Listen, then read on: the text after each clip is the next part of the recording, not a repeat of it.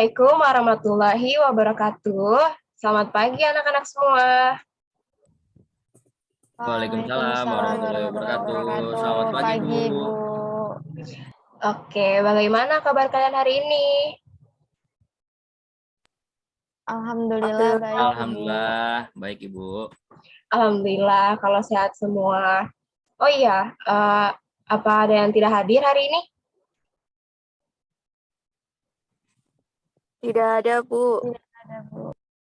Baiklah, kalau begitu karena hadir semua di sini, maka silakan kalian untuk mengisi link kehadiran yang udah Ibu kasih di dalam room chat Zoom ya.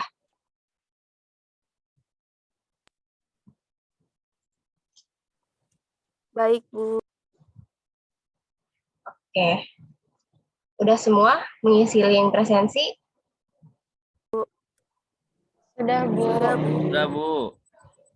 Ya. Oke, baik. Sebelum memulai pelajaran pada pagi hari ini, alangkah baiknya apabila kita membaca doa menurut kepercayaan masing-masing. Berdoa dimulai.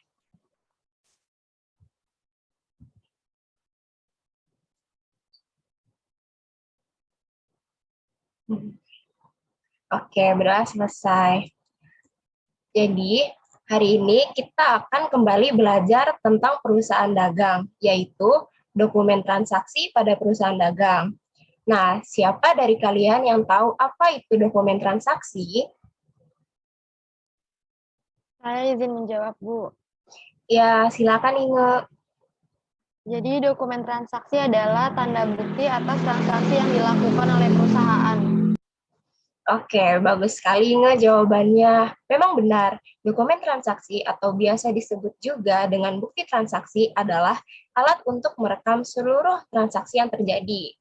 Nah, di dalam dokumen transaksi ini ada dua jenis dokumen, yaitu dokumen sumber dan dokumen pendukung. Siapa di sini yang bisa menjelaskan apa perbedaan dari kedua dokumen tersebut?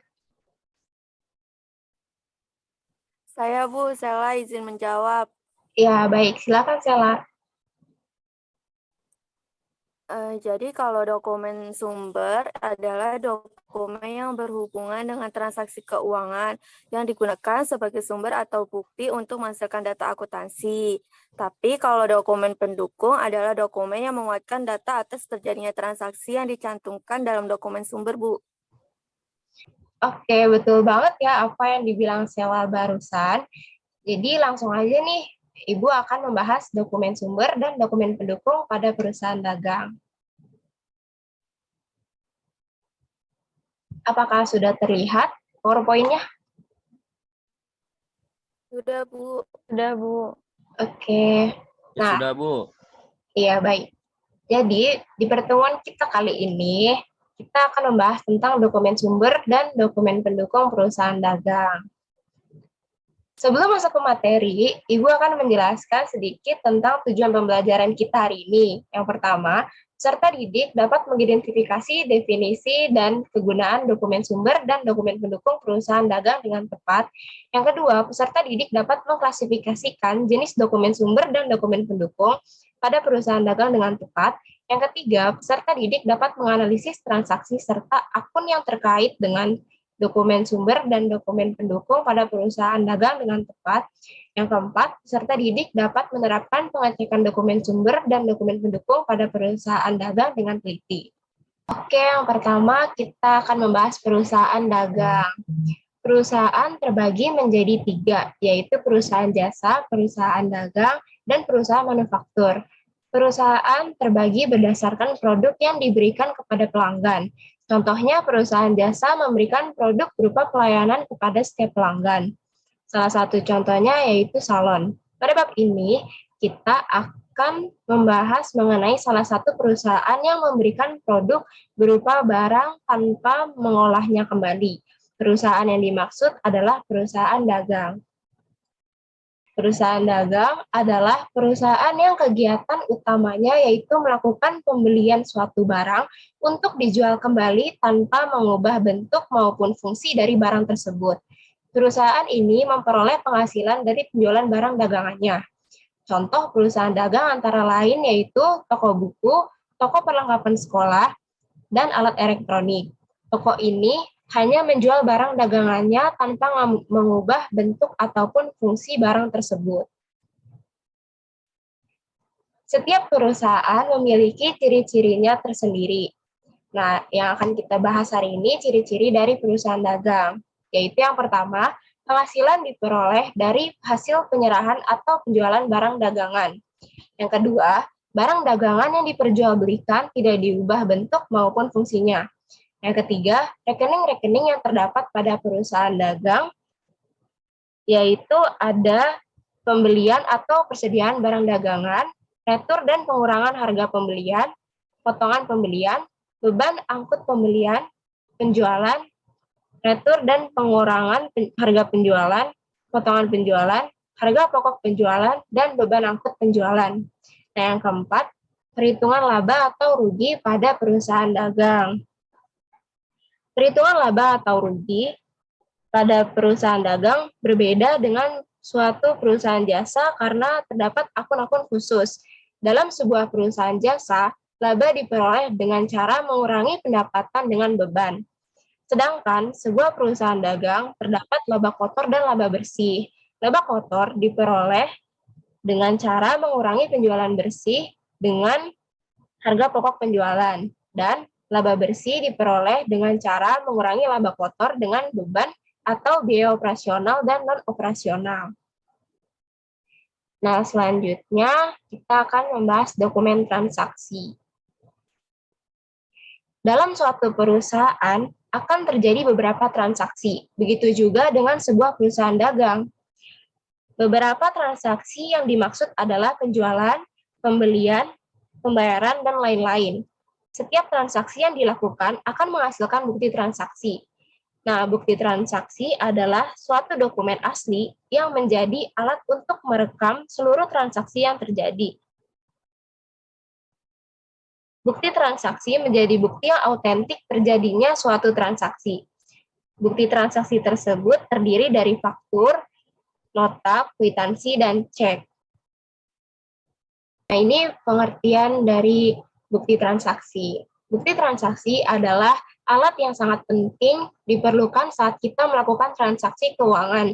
Contohnya, saat seseorang atau perusahaan akan mengeluarkan atau menerima sejumlah uang dalam rangka pelunasan hutang.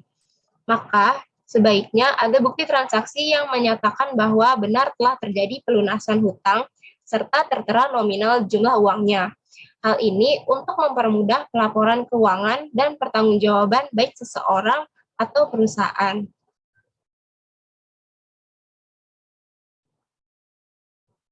Sebelum membahas manfaat dan fungsi, Ibu akan menjelaskan tujuan bukti transaksi. Nah, tujuan bukti transaksi dibuat adalah agar lebih mempermudah dalam pencatatan setiap transaksi yang terjadi.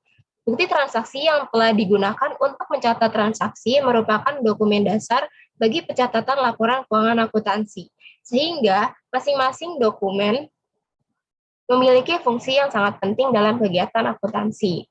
Nah, secara khusus, bukti transaksi dalam proses dan kegiatan akuntansi memiliki manfaat dan fungsi sebagai berikut. Yang pertama, bukti transaksi dapat mengetahui pihak yang bertanggung jawab atas terjadinya transaksi. Yang kedua, bukti transaksi menjadi media yang berisikan data informasi keuangan. Yang ketiga, bukti transaksi sebagai dasar untuk pencatatan akuntansi. Yang keempat, bukti transaksi dapat mengurangi kemungkinan kesalahan dengan cara menyatakan transaksi dalam bentuk tulisan. Dan yang terakhir, bukti transaksi dapat menghindari duplikasi pada pengumpulan data keuangan. Nah, seperti kalian tahu, bukti transaksi atau disebut juga dengan dokumen transaksi karena bukti transaksi sesuai pengertiannya merupakan suatu dokumen yang digunakan sebagai bukti atas terjadinya suatu transaksi. Dokumen transaksi dibagi menjadi dua jenis, yaitu dokumen sumber dan dokumen pendukung.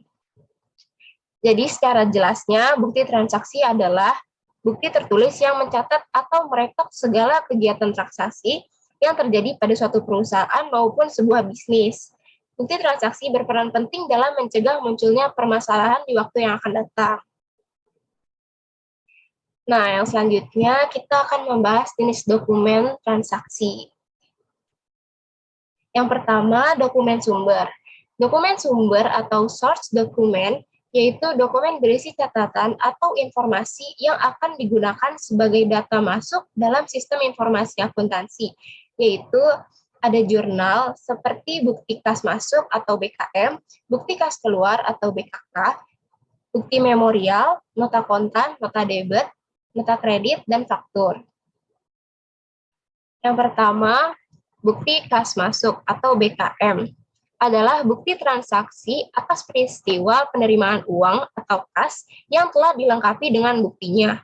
Bukti kas masuk ini nantinya akan digunakan dalam proses penyusunan jurnal kas masuk atau jurnal penerimaan kas. Nah, ini contohnya ada diterima dari toko Diana Bandung sejumlah 170.500.000 dengan keterangan pengurusan faktur F11-12 tertanggal 25 November kepada PT Adijaya. Nah, selanjutnya ada bukti kas keluar atau BKK. Adalah bukti dari kejadian transaksi pengeluaran kas ataupun pembayaran. Bukti pengeluaran kas ini biasanya akan digunakan untuk dokumen ketika menyusun jurnal pengeluaran kas. Nah, contoh bukti kas keluar itu ada pembayaran gaji karyawan bulan November 2012. Nah, yang ketiga, memorial adalah bukti transaksi yang dibuat oleh pimpinan perusahaan atau orang yang diberikan wewenang untuk suatu kejadian-kejadian yang berlangsung di dalam internal perusahaan yang bersangkutan. Contohnya yaitu pada PT Adijaya. Jadi isi memonya itu penyusutan equipment bulan Desember 2012. Yang kedua, gaji bulan Desember sebesar 4.500.000 yang belum terbayarkan dan akan dibayar di akhir periode. Yang ketiga, listrik dan telepon bulan Desember akan dibayar pada tanggal 10 Januari 2012. Nah, yang keempat, ada nota kontan, adalah dokumen yang dibuat dan dikeluarkan oleh penjual kepada pembeli. Lembar yang pertama atau lembar yang asli diserahkan kepada pihak pembeli dan kopiannya disimpan oleh pihak penjual sebagai bukti transaksi atas penjualan tunai. Nota kontan memuat informasi berupa nama perusahaan sebagai pihak yang mengeluarkan nota, nomor nota, tanggal transaksi, jenis barang, jumlah barang, harga satuan, dan jumlah harga. Nah, ini contoh nota kontan pembelian dari TV LED dan TV LCD. Ini adalah contoh penjualan tunai ya, yang dikirim kepada PT Adijaya. Nah, selanjutnya ada nota debit. Nota debit adalah dokumen transaksi sebagai permintaan pengurangan harga kepada pihak penjual atau bukti yang berisi informasi yang menyatakan tentang pengiriman kembali barang yang tidak sesuai dengan pesanan atau rusak, atau yang biasa kita sebut dengan retur. Nah, nota debit merupakan pemberitahuan atau perhitungan yang dikirimkan suatu perusahaan atau badan usaha kepada konsumennya bahwa akunnya telah didebit dengan jumlah nominal tertentu. Nota debit dibuat oleh pihak pembeli. Nah, jadi nota debit ini dibuat oleh pihak pembeli sebagai bukti untuk meretur barang yang telah dibeli. Nah, selanjutnya nota kredit. Nota kredit adalah bukti transaksi penerimaan kembali barang yang telah dijual atau pengembalian. Nota kredit dikeluarkan oleh pihak penjual. Bukti ini berfungsi sebagai alat persetujuan dari pihak penjual atas permohonan pengurangan harga dari pihak pembeli karena barang yang diterima mengalami kerusakan atau tidak sesuai dengan pesanan pembeli. Nah, ini contohnya. Contoh nota kredit atas pembelian TV LED dan TV LCD. Nah, selanjutnya ada faktur. Faktur adalah pernyataan tertulis mengenai barang yang dijual, baik jumlah dan harganya. Faktur dikeluarkan oleh pihak yang menjual kepada pihak pembeli. Faktur berfungsi untuk bahan pertimbangan pembeli untuk meneliti barang-barang yang dibelinya. Bukti ini akan diperlukan juga saat terjadi retur pembelian atau retur penjualan. Faktur sendiri dibedakan menjadi dua, yaitu faktur pembelian dan faktur penjualan. Bagi pihak pembeli, faktur yang diterima merupakan faktur pembelian, tetapi bagi penjual, faktur yang diterima merupakan faktur penjualan.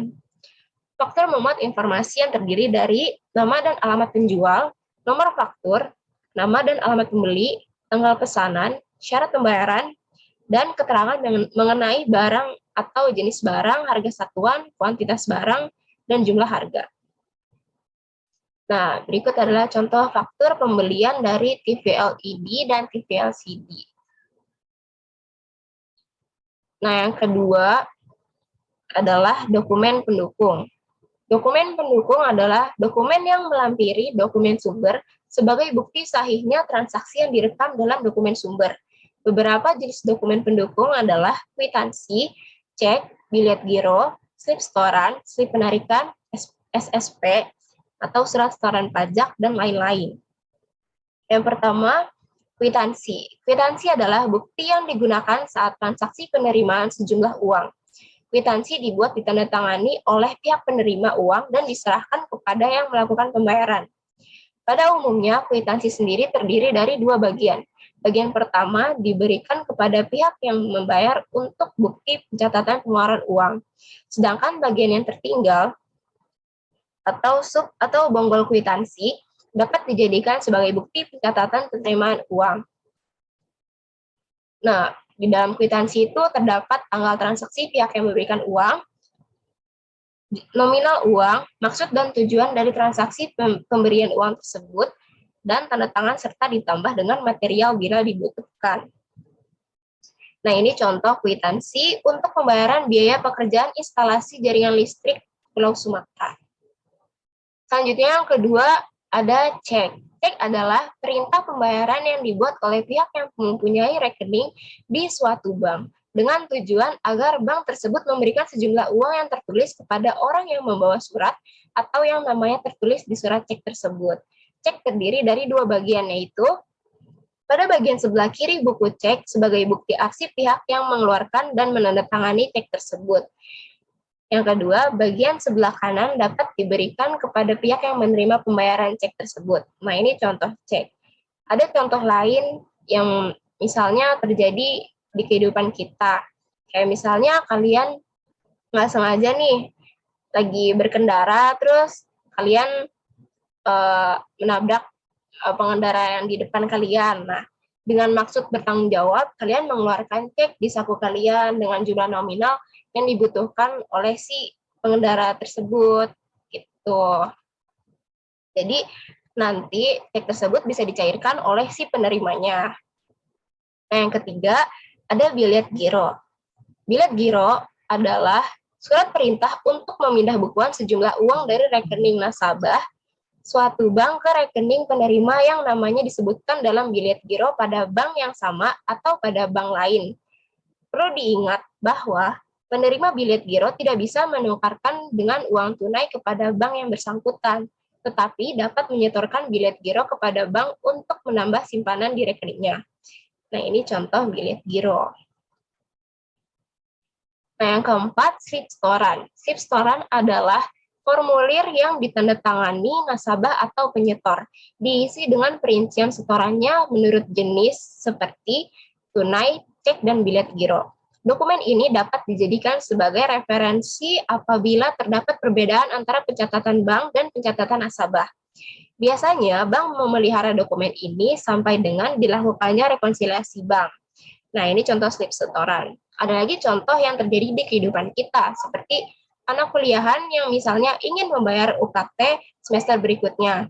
Nah, kalau misalnya mahasiswa memiliki uang tunai, tidak memiliki banking, nah, mahasiswa tersebut bisa pergi ke teller bank untuk membayar UKT. Nah, sebelum membayar UKT, pasti disuruh isi slip penyetoran ini. Nah, nanti setelah diisi, dikasih ke teller banknya. Nah, yang kelima, ada slip penarikan. Slip penarikan adalah formulir yang ditandatangani oleh nasabah guna penarikan saldo dalam wujud uang tunai, giro maupun bilet dengan perincian yang ditulis secara jelas. Nah, kalau misalnya kalian nih ke bank atau nggak sempat ke ATM, kalian mau narik uang tunai gitu. Nah, kalian harus isi slip penarikan ini, lalu diserahin ke teller bank. Nah, yang terakhir SSP atau surat setoran pajak adalah bukti pembayaran atau penyetoran pajak wajib pajak menggunakan formulir atau dengan cara lainnya ke kas negara melalui tempat pembayaran yang telah ditunjuk Menteri Keuangan. Nah, berikut contoh SSP. Oke, selesai sudah pembelajaran kita kali ini. Untuk menguji pemahaman kalian terhadap materi yang telah Ibu sampaikan, Ibu telah menyiapkan latihan soal berupa Google Form. Linknya akan Ibu kirim melalui chat Zoom ya. Untuk pengisian soal, Ibu kasih waktu 5 menit. Selamat mengerjakan. Oke, karena waktu sudah berjalan 5 menit ya, apakah semuanya udah selesai mengerjakan latihan soalnya? Sudah, Bu. Sudah, Bu. Sudah, Bu. Duh, sulit Ya, sekali, Bu. sudah ya. Kalau begitu kita bahas bersama-sama. Oke, baik. Siapa yang mau menjawab nomor 1? Silahkan. Saya Bu Rio, izin menjawab untuk nomor 1, Bu. Ya, boleh Rio. Silahkan dijawab. Oke, baik, Bu. Dokumen yang dipakai sebagai dasar pencatatan ke dalam jurnal atau buku pembantu disebut yang A, Bu, dokumen sumber. Ya, betul. Jawabannya dokumen sumber. Karena dokumen sumber sendiri berisi catatan atau informasi yang akan digunakan sebagai data masuk dalam sistem informasi akuntansi. Oke, selanjutnya yang mau jawab nomor 2 siapa?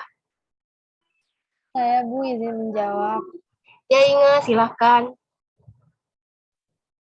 Tanda bukti pembelian barang secara tunai yang dibuat oleh penjual dan diberikan kepada pembeli disebut, jawabannya D, Bu, nota kontan. Karena transaksinya ini secara tunai. Kalau misalnya kredit itu faktur, Bu. Ya, betul Inge jawabannya. Yuk lanjut, yang nomor 3 siapa yang mau jawab? Saya, Bu, izin menjawab nomor 3. Ya, Sela, silakan. Nomor 3, soalnya dokumen yang melampiri dokumen sumber sebagai bukti sahihnya transaksi yang direkam dalam dokumen sumber adalah yang B, dokumen pendukung. Benar tidak ya, Bu? Ya, betul. Kenapa dokumen pendukung, Sela? Karena untuk menguatkan dokumen sumber, Bu. Oke. Nah, yang nomor 4, siapa kira-kira yang mau jawab? Saya, Bu. Ya, Hani, silakan jawab. Berikut adalah contoh bukti transaksi eksternal kecuali bukti memorial. Karena bukti memorial itu diperuntukkan untuk mengoreksi barang-barang ataupun kegiatan yang ada di perusahaan. Iya, betul sekali Hani jawabannya. Yang terakhir, siapa yang mau jawab nih? Saya izin jawab lagi, Bu. Ya, Inge, silahkan. Nomor 5, pembayaran gaji pegawai dicatat dalam jurnal. Jawabannya C, pengeluaran kas. Karena ketika pembayaran gaji, perusahaan itu mengeluarkan kas sehingga dicatatnya di dalam jurnal pengeluaran kas, Bu. Iya, betul banget.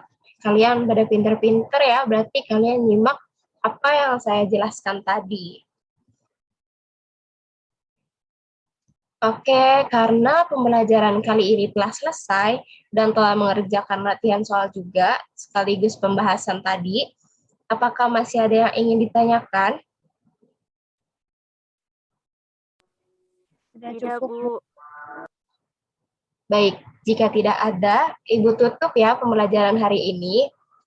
Untuk kalian, tolong pelajari materi dokumen sumber dan dokumen pendukung pada perusahaan dagang lagi ya. Nah, kalian bisa cari di internet contohnya atau menonton video pembelajaran di YouTube. Karena untuk pertemuan minggu depan, kita akan lanjut ke materi berikutnya. Jadi, Ibu mau meyakinkan kalian kalau kalian sangat memahami materi pembelajaran kita hari ini. Oke, sebelum kita mengakhiri pertemuan kita hari ini, mari kita membaca hamdalah bersama-sama untuk menutup pembelajaran kali ini. Alhamdulillahirabbil alamin. Baik anak-anak, Ibu izin pamit duluan ya. Kalian jaga kesehatan dan jangan lupa belajar dengan giat. Terima kasih. Wassalamualaikum warahmatullahi wabarakatuh. Waalaikumsalam Waalaikumsalam warahmatullahi warahmatullahi wabarakatuh. Assalamualaikum warahmatullahi wabarakatuh. Terima kasih, Bu.